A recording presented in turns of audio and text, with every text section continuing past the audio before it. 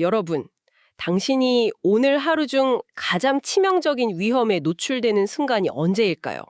당신의 생명의 가장 위태로운 순간은 지금 바로 침대에서 일어나서 화장실 세면대까지 걸어가는 그 평범하고 짧은 시간입니다.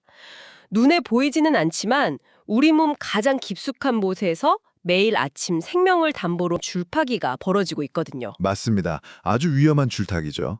그래서 이번 심층 분석 시간에서는 당신의 혈관이 가장 취약해지는 아침 시간대를 샅샅이 해부해 보려고 합니다. 자, 아침에 눈을 뜨는 순간 우리 혈관이 도대체 어떤 상태길래 비상사태라고 하는 건가요? 아침에 눈을 뜨면 우리 몸의 혈관은 말 그대로 수분이 쫙 빠진 상태가 됩니다. 우리가 수면을 취하는 7시간에서 8시간 동안 물을 전혀 마시지 못하잖아요. 네, 자면서 물을 마실 수는 없으니까요. 그렇죠. 반면에 호흡이나 땀을 통해서 체내 수분은 끊임없이 공기 중으로 날아가거든요. 그 결과 아침의 혈액은 수분이 극도로 고갈되어서 마치 잼이나 젤리처럼 끈적끈적한 상태가 됩니다. 아, 잼처럼요. 듣기만 해도 피가 잘 안 통할 것 같은데요. 네, 바로 그겁니다. 혈전이 생기기 가장 완벽한 환경이 되는 거죠. 심근경색이나 뇌졸중 같은 치명적인 혈관 질환 발병률이 아침 시간대에 유독 비정상적으로 급증하는 이유가 바로 이 끈적해진 혈액과 밤새 좁아진 혈관의 콜라보레이션 때문입니다. 그러니까 수분이 말라버려서 아주 뻣뻣하고 낡아빠진 고무호스 같은 상태라는 거군요. 네, 아주 정확한 비유입니다. 그런데 우리는 매일 아침 몽롱한 정신을 깨우겠다고 아주 자연스럽게 찬물로 세수를 하지 않습니까? 심지어 운동선수들이나 건강 챙긴다는 분들은 아침부터 얼음물 마찰을 하거나 찬물 샤워도 하는데요. 이게 혈관에 그렇게 치명적인가요? 바로 그 지점이 수많은 분들이 오해하고 계시는 함정입니다. 운동선수들이 들어가는 아이스베스는 강도 높은 훈련 직후에 근육의 미세한 염증을 물리적으로 억제하려는 아주 특수한 목적의 처방이거든요. 아, 일반적인 아침 일상과는 전혀 다른 상황이군요. 그렇죠. 수분 고갈로 피가 이미 끈적해져 있고 혈관이 좁아진 아침 공복 상태에서 얼굴 피부에 갑자기 찬물이 닿으면 우리 몸의 교감신경은 이것을 극심한 외부 위협으로 인식해버립니다. 체온을 뺏기지 않으려고 방어태세를 취하는 건가요? 맞습니다. 피부 및 혈관을 급격히 수축시켜버리죠. 가뜩이나 통과하기 힘든 끈적한 혈액이 갑자기 좁아진 터널을 억지로 지나가야 하니까 순간적으로 혈압이 솟구치는 혈압 스파이크 현상이 발생하게 되는 겁니다. 와, 그러니까 한겨울에 꽁꽁 얼어붙은 자동차 엔진에 시동을 걸자마자 브레이크와 엑셀을 동시에 꽉 밟아버리는 셈이네요. 엔진이 터져버리지 않는 게 다행일 정도입니다. 네, 아주 무서운 습관이죠. 그렇다면 우리가 정말 그 숨쉬듯이 마시는 빈속의 모닝커피는 어떤가요? 카페인도 뇌를 깨우면서 교감신경을 엄청 자극할 텐데요. 네, 정확합니다. 아침 공복에 들어오는 고농도의 카페인은 뇌를 각성시키는 동시에 전신의 혈관을 강하게 수축시킵니다. 아까 말씀드린 찬물 세수와 완벽하게 동일한 메커니즘으로 심장과 뇌혈관에 엄청난 물리적 압력을 가하는 거죠. 어휴, 잠 깨려다가 혈관을 공격하고 있었네요. 그럼 아침에 굳은 몸으로 갑자기 무리하게 스트레칭을 하거나 격렬하게 조깅을 하는 것도 피해야겠군요. 그럼 찬물 세수도 안 되고 커피도 안 되고 무리한 운동도 안 된다면 도대체 이 끈적해진 피를 어떻게 안전하게 깨워야 합니까? 해답은 바로 체온에 있습니다. 아침에 일어나자마자 가장 먼저 해야 할 일은 체온과 비슷한 38도에서 40도 사이에 따뜻한 미온수 200ml를 아주 천천히 마시는 겁니다. 딱 200ml 정도의 미온수요. 네, 이 온도의 물이 10도를 타고 위장으로 내려가면서 체내의 온도 수용체들을 아주 부드럽게 자극하거든요. 이 자극이 즉각적으로 혈관 내피세포에 신호를 보내서 일산화질소라는 물질을 뿜어내게 만듭니다. 일산화질소요? 그게 혈관에 어떤 역할을 하죠? 생물학에서 일산화질소는 가장 강력하고 안전한 천연 혈관 확장제로 통합니다. 아, 화학적인 신호를 보내서 물리적으로 좁아졌던 혈관 내벽 근육을 스르르 풀리게 만든다는 뜻이군요. 거기에 200ml 수분이 직접 공급되니까 끈적했던 피도 서서히 희석되겠네요. 네, 수분 공급과 혈관 확장이 동시에 안전하게 일어나는 가장 완벽한 첫걸음이죠. 그런데 여기서 약간 현실적인 의문이 하나 듭니다. 아침 공복에 그냥 맹물을 마시면 속이 좀 밍밍하고 비리게 느껴질 때가 있거든요.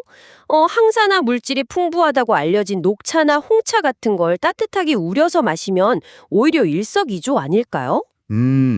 녹차가 훌륭한 성분을 가진 음료인 것은 확실히 맞습니다.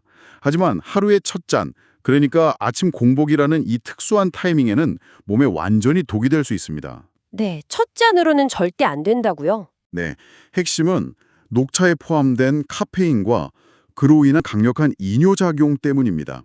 밤새 수분을 잃어서 혈액점도가 최고치에 달해 있다고 아까 말씀드렸잖아요. 그렇죠. 피가 잼처럼 끈적해진 상태죠. 이때 이뇨작용을 촉진하는 차가 들어가면 우리 몸은 수분을 보충하는 게 아니라 오히려 세포와 혈액 속에 남아있던 수분마저 억지로 쥐어짜서 밖으로 배출하게 됩니다. 결과적으로 피는 더 끈적해지고 혈전이 생길 위험은 급상승하죠.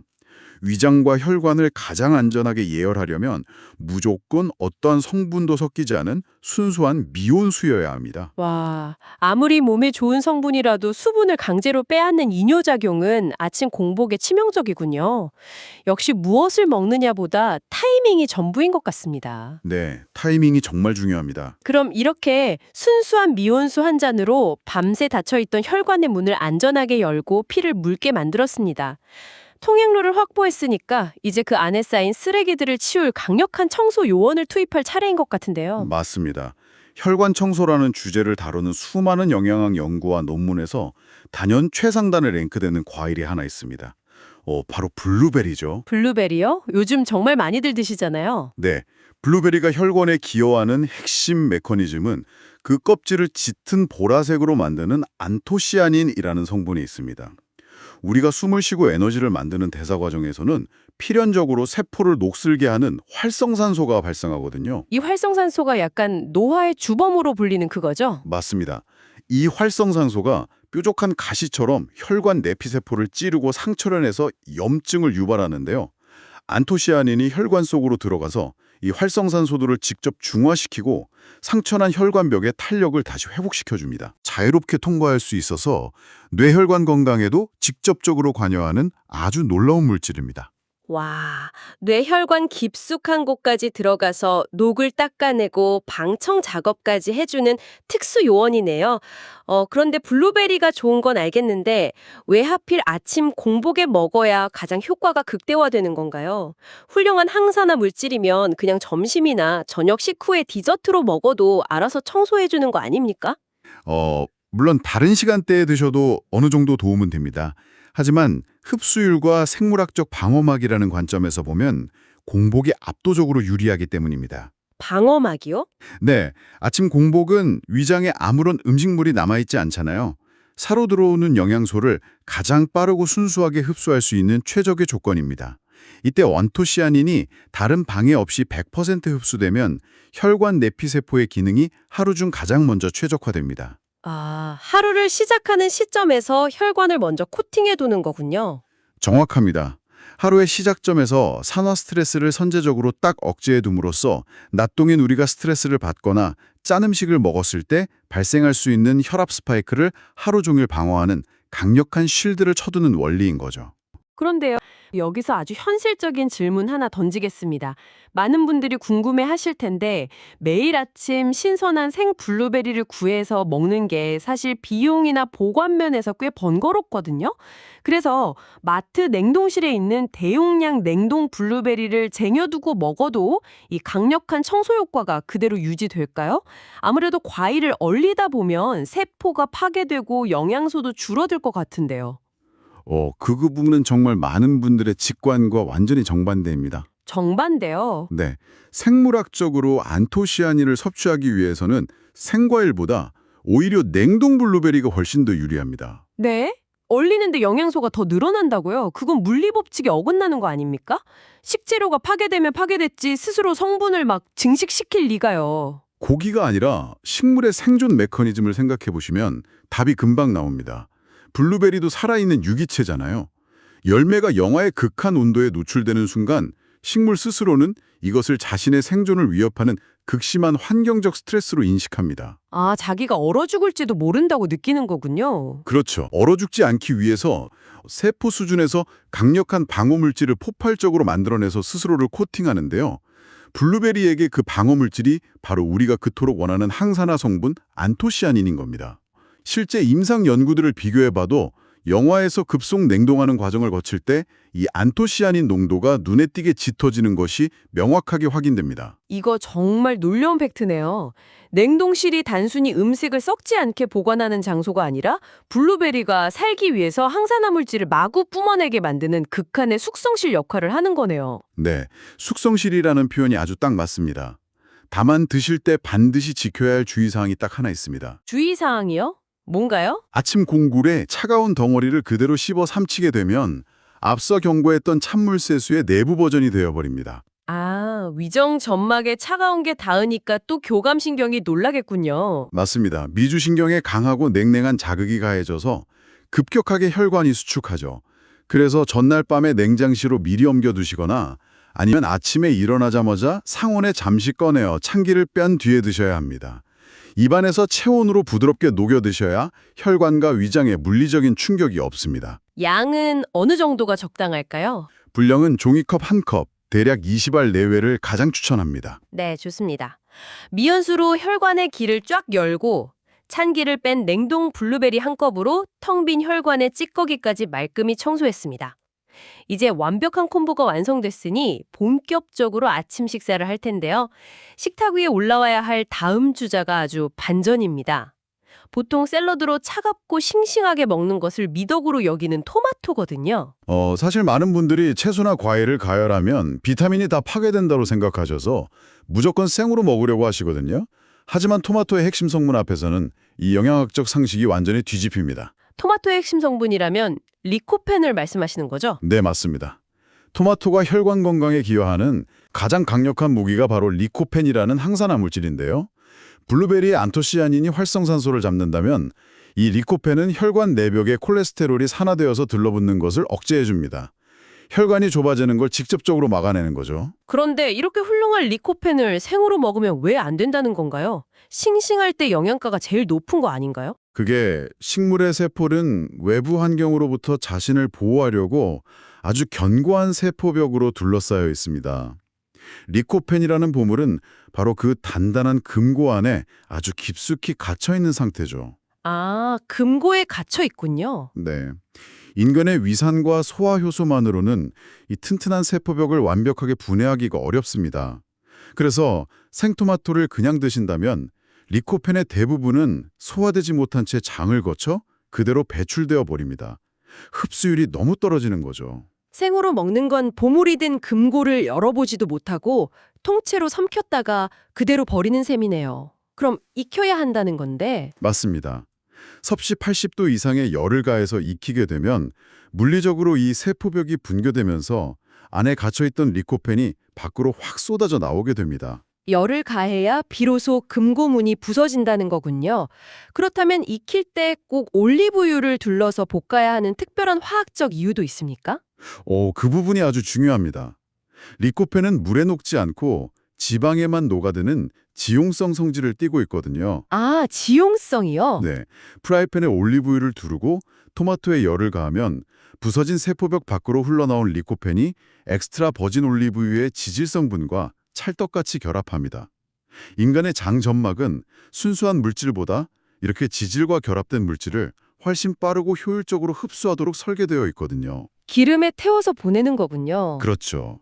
실제 논문과 연구에 따르면 기름에 익힌 토마토의 리코펜 체내 흡수율은 생으로 섭취할 때보다 무려 수배에서 최대 10배까지 폭발적으로 증가한다고 검증되었습니다. 와, 열이라는 물리적 타격으로 금고를 부수고 올리브유라는 전용 운송수단에 리코펜을 태워서 우리 몸속 깊은 곳까지 직행시키는 거네요.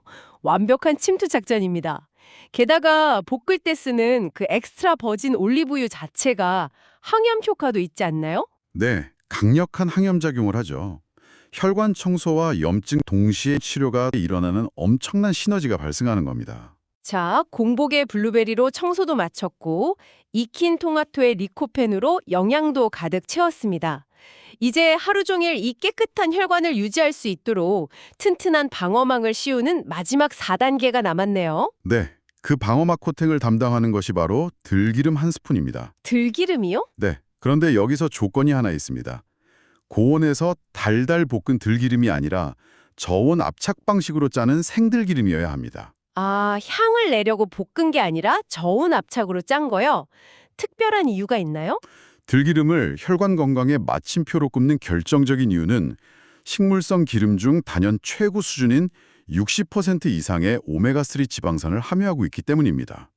이 오메가3가 체내에 들어가면 혈소판이 서로 엉겨붙어서 혈전이 되는 것을 물리적으로 방해하고요.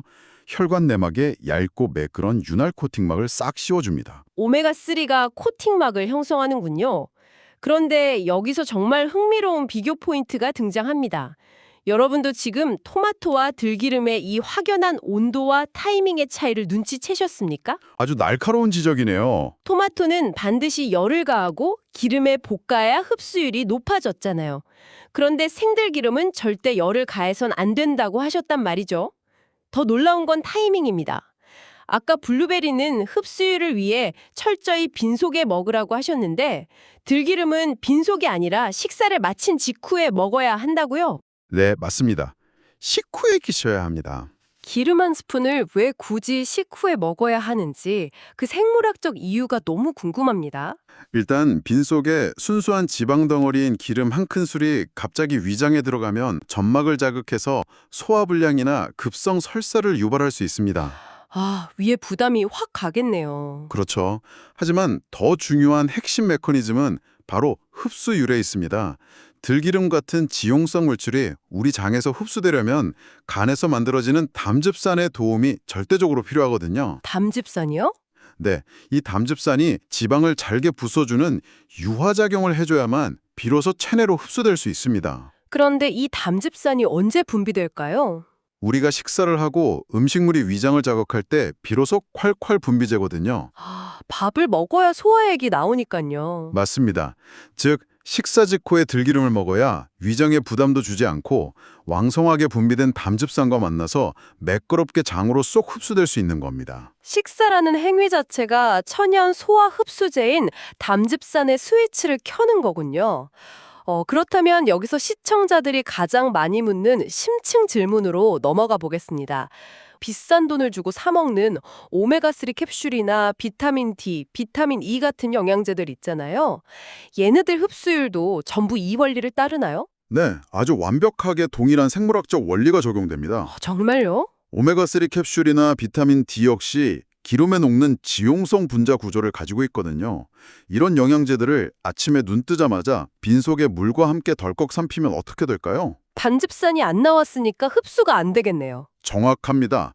담즙산 분비가 거의 없는 상태라서 체내 흡수율이 바닥으로 떨어지고 상당 부분이 그냥 소변이나 대변으로 배출되어 버립니다. 아깝게 비싼 돈 주고 사서 버리는 꼴이네요.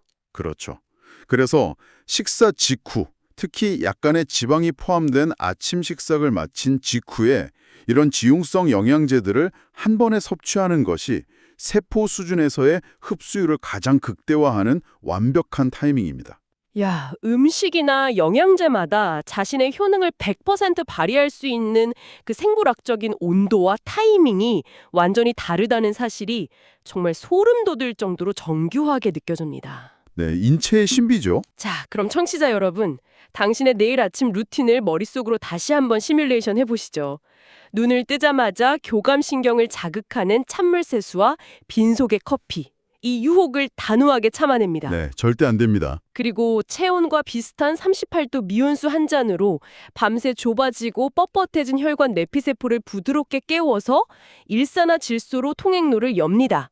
그 다음엔 냉장고에서 참기를 뗀 블루베리를 천천히 씹어 넘기면서 텅 빈 공복 상태에서 혈관 벽에 활성산소를 말끔히 닦아내고요. 아주 완벽한 순서입니다. 이어서 올리브유에 열을 가해 익혀서 리코펜을 폭발시킨 토마토로 아침 식사를 하고 식사로 왕성하게 분비된 담즙산을 이용해서 저온압착 생들기름 한 스푼으로 혈관 내벽을 튼튼하게 코팅하는 겁니다. 이 루틴을 딱 3주만 묵묵히 실천해 보시기 바랍니다. 임상에서 혈압이 160을 넘나들던 위험한 상태가 이 공식적인 루틴을 통해서 정상으로 안정화되는 것은 결코 기적이 아닙니다. 과학적인 결과라는 말씀이시죠? 네. 인체의 온도 수용체, 그리고 세포막의 구조, 소화 요소의 메커니즘을 훼손하지 않고 순리대로 도울 때 나타나는 아주 당연하고 과학적인 생리적 결과입니다.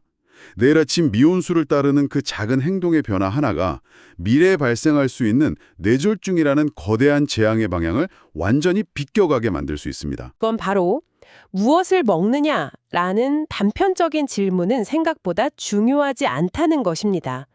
최고의 항산화제 블루베리는 철저히 빈속을 만날 때, 건강의 상징 토마토는 생이 아닌 열을 만날 때, 그리고 들기름과 지용성 영양제는 식구 담즙산을 만날 때 비로소 생물학적인 진짜 힘을 발휘했습니다. 내 타이밍과 온도가 모든 것을 결정하는 셈이죠. 그렇다면 잠시 멈춰서 당신의 일상을 한번 돌아보시죠. 당신이 지금 맹신하고 꼬박꼬박 챙겨 먹고 있는 그 유기농 식재료나 고가의 영양제들이 어쩌면 완전히 잘못된 시간과 잘못된 온도 속에서 아무런 흡수도 되지 못한 채 그저 위장만 스쳐 지나가고 있는 것은 아닐까요? 한 번쯤 꼭 점검해 보셔야 할 부분입니다. 내 입으로 들어가는 모든 것들의 생물학적 타이밍과 온도가 내 몸의 시계와 제대로 맞물려 돌아가고 있는지 내일 아침 세면대 앞에 서는 순간 가장 먼저 당신 스스로에게 던져보아야 할 질문입니다. 당신의 혈관이 그 어느 때보다 안전하고 유연하게 깨어나는 내일 아침을 기대하겠습니다.